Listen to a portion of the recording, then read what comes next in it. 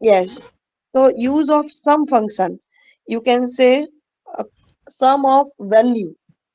You define in into bracket starting cell colon ending cell. You define, right? So Yes, ma'am. output will be there कि starting cell or ending cell, combination of starting to ending, it make a sum of integer value. Yes, Okay, ma'am. I show you later. Second one is average. Okay, Yes, average ma'am. you know very well, right? So, Yes, ma'am. sum of value divide by of number of values, Value. right? It is called average.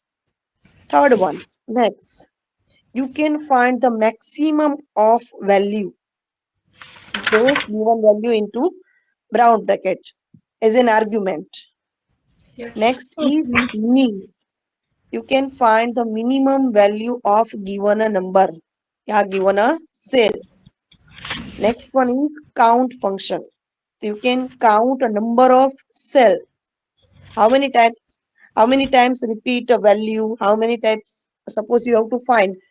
You given some value like 2, 3, 4, 5, 2. So you count the number of these decimal value. So you can use count function. Yes, It is, ma'am. yeah. Also, you can select the range. You can set the range using a colon operator. In your syllabus, mention a third point, selecting a range in row and column. So you have to define here column name, suppose A1. So A is an column name or 1 is an cell name. यानी कि row is row 1, A column, right? So A1 then colon A10. So you mention A1 colon A10. So in this range, in between this range, you define a value, right? So you Yes, can ma'am. get using the range function this whole value as an output. Yes. Okay. You can select the multiple row and multiple column. Definitely, you can drag and drop using a cursor.